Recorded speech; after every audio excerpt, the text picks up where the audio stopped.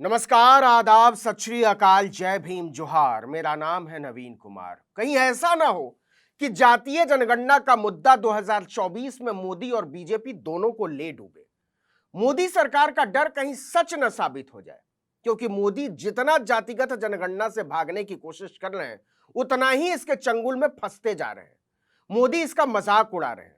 कभी इसे दक्षिण के राज्यों के खिलाफ बताते हैं, तो कभी अल्पसंख्यक जातियों के खिलाफ बताते हैं, लेकिन उनकी दलीलें उन्हीं के साथियों के गले नहीं उतर रही हैं।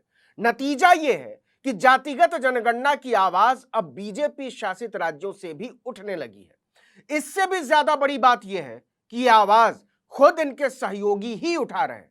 मतलब एनडीए में शामिल दल ही चाहते हैं कि हर कीमत पर जातिगत जनगणना कराई जाए। हम इससे पीछे नहीं हट सकते। तो सोच लीजिए, जब अपने लोग ही मांग करने लगे हैं तो मोदी और उनकी पार्टी की हालत क्या होगी, इसका जरा अंदाजा लगा लीजिए। आप खुद सोच सकते हैं। इसी बात का तो पार्टी को डर था। जिन छोटे छोटे दलों के जातीय आधार के सहारे बीजेपी फल फूल रही है, जिन दलों की ताकत के बलबूते उन्हीं को नचाने की ताकत हासिल करती है, वही दल अब बीजेपी के लिए मुश्किल पैदा कर रहे हैं। उसकी सबसे ज्यादा टेंशन यह है कि आवाज देश के सबसे बड़े सूबे से उठने लगी है, उत्तर प्रदेश से। सत्ता में शामिल एनडीए के कई दलों ने साफ साफ कह दिया है कि जातीय जनगणना से पीछे हटने का सवाल ही नहीं उठता। इस मांग ने बीजेपी में खलबली मचा दी है। आप जानते ही हैं कि अभी हाल में बिहार में जातिगत सर्वे का डेटा आउट हुआ है, सार्वजनिक हुआ है। इसने मोदी सरकार की बेचैनी बढ़ा दी है। मोदी जी इतना बेचैन हुए हैं कि अपनी रैलियों में भी जातिगत जनगणना के मुद्दे पर बोलने लगे। हर रैली में बोल रहे हैं। अभी तक तो उनकी सरकार कोर्ट में लिख कर दे रही थी कि यह राज्य सरकारों का काम नहीं है और हम इसके पक्ष में नहीं है।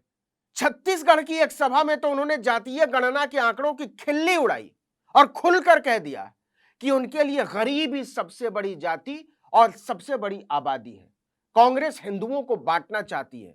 यानी मोदी जी ने यहां भी हिंदू कार्ड खेल दिया, धर्म का कार्ड खेल दिया, हिंदू मुस्लिम। लेकिन उनके बयान से यह साफ हो गया कि भाजपा सख्ते में आ चुकी है, और सख्ते में इसलिए आ गई है कि जातिगत जनगणना का भूत अब उत्तर प्रदेश में घुस गया है। यह सीएम योगी की नाक में दम कर रहा है। योगी आदित्यनाथ पर इस पर आगे बढ़ने का दबाव रोज बरोज बढ़ता चला जा रहा है। एनडीए गठबंधन का हिस्सा ओम प्रकाश राजभर की सुभाषपा, अपना दल जैसी पार्टियों ने जातीय सर्वेक्षण कराने की मांग तेज कर दी है। इससे विपक्षी दलों की मांग को एक तरफ बल मिला है, तो दूसरी तरफ नरेंद्र मोदी और अमित शाह के लिए बहुत विचित्र स्थिति खड़ी हो गई है। समाजवादी पार्टी तो कर ही रही थी, बीएसपी तो कर ही रही थी, अपने भी। देखिए कि बीजेपी को पूर्वांचल की 3 ओबीसी पार्टियां, सुहेलदेव भारतीय समाज पार्टी, निषाद पार्टी और अपना दल समर्थन करती हैं। ये तीनों पार्टियां एनडीए गठबंधन का हिस्सा हैं। लेकिन जातीय सर्वेक्षण की रिपोर्ट जारी होने के बाद इन पार्टियों ने नरेंद्र मोदी की लाइन को पहली फुर्सत में ठिकाने लगा दिया। मोदी चिल्लाते रहे कि अमीर गरीब का मामला है, उनके साथ के लोग चीख चीख कर कह रहे हैं कि अमीर गरीब का मामला नहीं है साहब, ये जातियों का मामला है, होशियारी छोड़ दीजिए। यूपी में जातीय सर्वेक्षण कराए जाने को लेकर अपना दल की अध्यक्ष और केंद्रीय मंत्री अनुप्रिया पटेल ने कहा कि हमारी मांग तो हमेशा से यही है कि यूपी में भी जातीय सर्वेक्षण कराया जाए, क्योंकि इससे पिछड़ी जातियों की वास्तविक संख्या का पता चल सकेगा, है कितने, प्रामाणिक डेटा आएगा सामने, यह संभव हो सकता है। उन्होंने कहा कि जातीय सर्वे वक्त की मांग है और यह जरूर किया जाना चाहिए, हर कीमत पर। उन्होंने भाजपा और मोदी पर सवाल भी उठा दिया और पूछा कि जातीय सर्वे कराने में दिक्कत क्या है।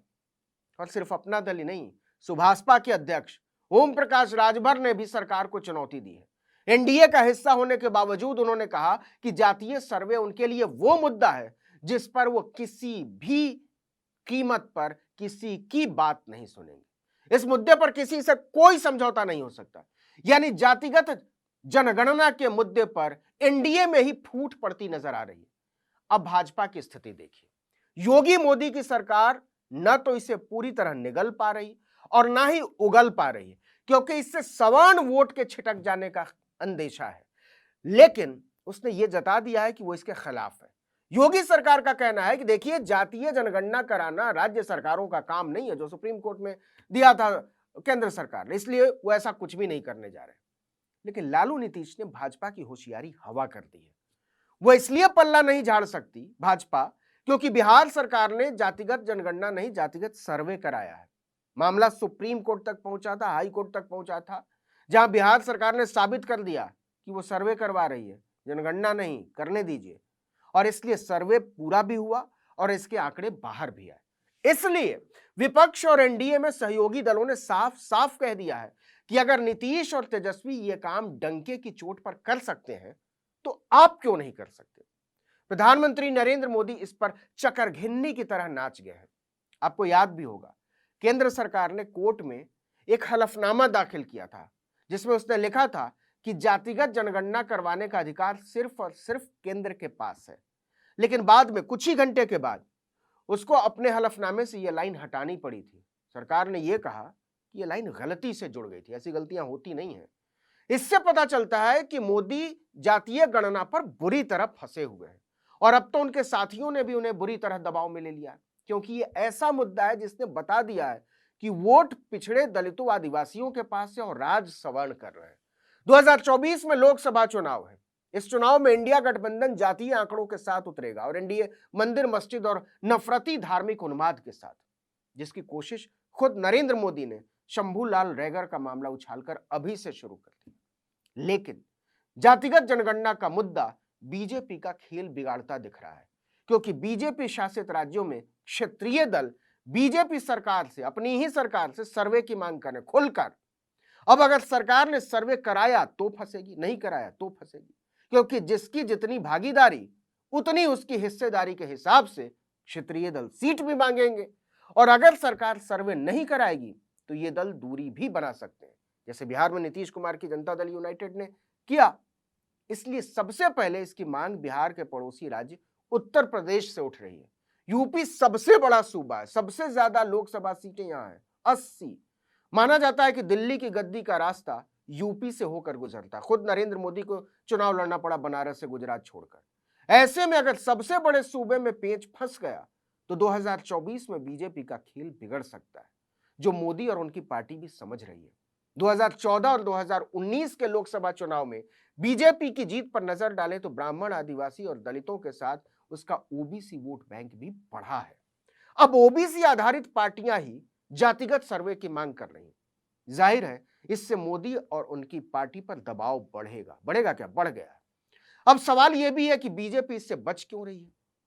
इसकी एक वजह यह हो सकती है कि अलग अलग जातियां, मुख्य रूप से ओबीसी जाति का जो आंकड़ा सामने आएगा उससे सरकारी नौकरी और संस्थानों में एडमिशन के लिए ओबीसी कोटा बढ़ाने का मुद्दा शुरू हो सकता है। क्षेत्रीय दल जो फिलहाल उतनी मजबूत स्थिति में नहीं है, उनकी स्थिति और मजबूत होनी तय है। लेकिन सबसे बड़ी बात, इस देश में सत्ता और शक्ति के पदों पर सवर्ण वर्चस्व को तगड़ी चुनौती मिलेगी। लेकिन न तो इसके लिए मोदी तैयार है, न संघ और न ही भाजपा, और ये बात खुल गई है। इस वीडियो में इतना ही, लेकिन अगर आपने आर्टिकल 19 इंडिया को अब तक सब्सक्राइब नहीं किया तो फौरन कीजिए, बेल आइकॉन दबाइए, घंटी जैसी आकृति लाइक कीजिए और कमेंट करके बताइए हमारा वीडियो आपको कैसा लगा। यूट्यूब पर देख रहे हैं तो हमारे चैनल को सब्सक्राइब कर लीजिए, फेसबुक पर देख रहे हैं तो हमारे पेज को लाइक कर लीजिए, इंस्टाग्राम पर हमें फॉलो कीजिए और हमारा ट्विटर हैंडल है article19_India और मेरा ट्विटर हैंडल है नवीन जर्नलिस्ट। आप मुझे भी फॉलो कर सकते हैं। नमस्कार।